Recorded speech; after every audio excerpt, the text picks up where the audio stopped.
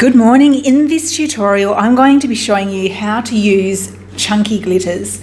Today, I'll be using Terrazzo, which is one of our new glitters that we've just recently released as part of our Mani Me release. So I'll just open it up. The first thing that you need to know with chunky glitters is that just dipping like you normally would is not going to give you the best results. If you ever take these off, make sure you always keep them because they stop the jars from leaking. Just pop them in the lids. All right, so you can see here Terrazzo is a really chunky glitter with copper foils and matte flakes. So we always just dump the full contents of the jar into a cupcake liner. Cupcake liners are fabulous because they make it so easy just to funnel it back into the jar without any wastage. All right, so I'm just going to show you with a swatch stick. Now, whenever you pour your dip powder into a cupcake liner like this, you'll see that obviously you can stir it, you can move it, but if you give it a tap, all those gorgeous chunks are going to come to the top. So depending whether you want it to be more chunky or less chunky, you can decide how you want that to go. If you just dip straight into the jar, what you'll find is that all the fine powder will stick and the chunks will just fall straight off. So by doing it in a cupcake liner like this, we have a lot more control over how we get our dip powder to look. So I'm just going to use, where are we? There we go, our base coat to do this first layer, and I'll show you what I mean. So we're just going to do a thin, even layer of base coat across the whole nail. Actually, one trick that I like to use with chunky dip powders, when I'm doing it on my actual nail, I'll avoid the cuticle area with my first layer. All right, so we're just going to dip that straight into the dip. Let it absorb a little bit. There you go. So you can see here, I'll bring it up nice and close. There's a lot of chunks stuck to the swatch. So now what we're going to do, this is going to make your fingers messy, so you might like to just pop a plastic, some cling wrap or something like that across your finger so you don't get everything stuck to it. And we're just going to use our finger to pat down all the chunks. Now, if I was doing this on my actual nail, I'd be using my metal cuticle tool to just go around the edges and get off any bits that are poking over my finger. You want it just to be really nice and secure on the nail. Now you can see here on this, there's a few gaps here where things haven't stuck yet. So that's not a problem. What I'm going to do, after my second dip, I'm going to see where there's some gaps and we can fill those in manually later. But you can see there, we've got a beautiful, fairly even coverage with lots of chunks, and you absolutely would not get this coverage of chunks if you just dip straight into the jar. All right, so I'm just going to give that a quick brush off to get rid of any loose bits and any excess powder, and then we're going to go across with our second dip base layer. I love this Terrazzo dip. Those copper flakes are just spectacular. Now, the good thing about this dip is these flakes are very, very fileable. They're not like a glitter that will sort of buff the colour off and go silver. With these, that you can just buff straight into them, which is really cool. All right, I'm just going to give my dip powder a shake again to get all those chunks to the top, laying in, bit of a tap off, so you can see they're poking up all over the place, which is fine, we don't mind. First thing I'm going to do is just get all the bits in so they're not poking over the sides. You can see that they're poking up all over the place. I'll show you. You can see there, they're poking up really quite straight. So I'm just going to use my finger to press them down. Whoops. And make them as flat on the nail as we can. Don't be afraid to press hard. It's going to be all right.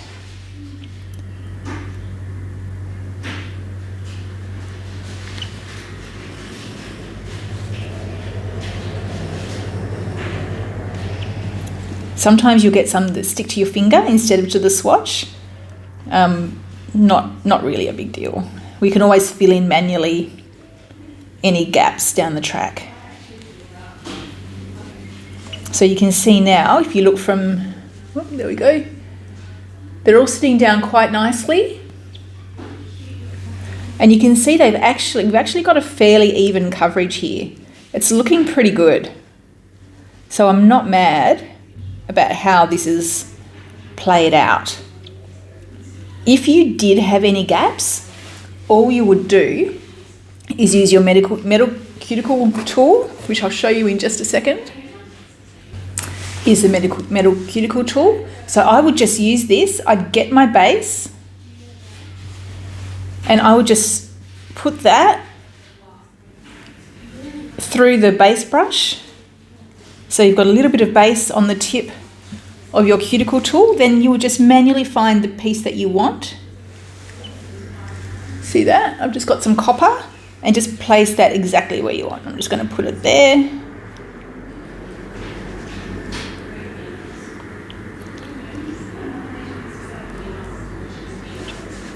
And there you go. If it doesn't stick when you do that, just pop a little bit of base in the gap. So just say I wanted to put something there, just pop a little bit of base just in there and then stick your piece on top. So there you go. After that, you would always top this with clear and then give it a good file and buff. I'm going to do that off camera so I can show you the end result. But this is how it's looking now. You can see there, it's quite a chunky dip, but having that clear over the top is going to make it beautiful and smooth. So you can see here, this has now got just a clear coat over the top. And if you look at it this way, you can see it's actually not too chunky at all. This is just 2 layers of dip with a clear coat on top. And usually this is going to be enough on top of whatever base you create, whether you've got an apex or anything like that. So this is going to make sure that your finished nail is not too chunky and thick. If you dip in, you're just going to have to do so many layers to get the look that you want, and they're going to be ridiculously thick. So this is just going to keep it nice and thin, but still give you the beautiful look that you want. And you can still buff and file over the top of this. So I'm just going to use my 100 side just to get this nice and smooth. Now this Egyptian mat, if you don't have one already, is fantastic. It really, sorry, this is a nasty swatch. It might not hold up to all this buffing. It will just collect all the dust and stop it from flying everywhere and getting everywhere. So if you haven't got one, I highly recommend it. Oh. Now this is not normally how I file my nails. I'm just doing this so this swatch doesn't break. But it will be effective.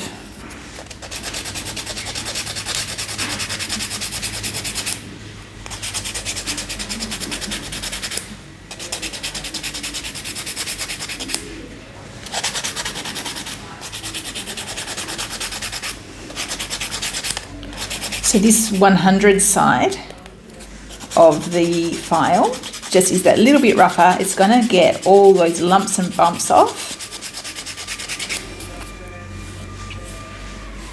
and just make it beautifully smooth. So you can see there, all those lumps and bumps are gone.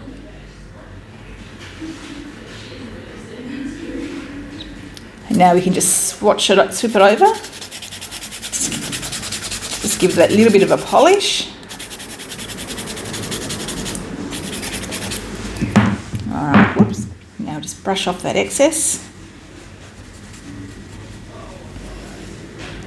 And that is feeling beautiful and smooth. I can't feel a single bump on this.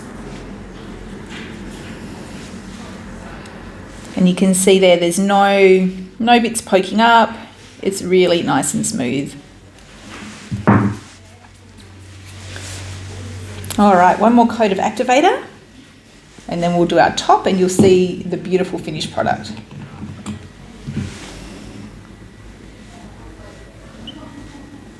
I love doing the activator just to see the depth in this.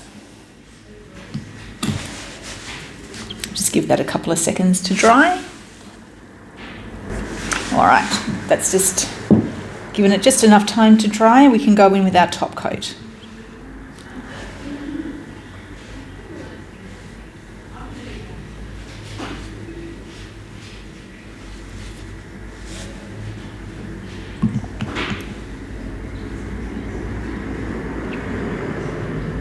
With the top coat, I just wait until that gets a bit scratchy looking and then go in for a second one and you're all done.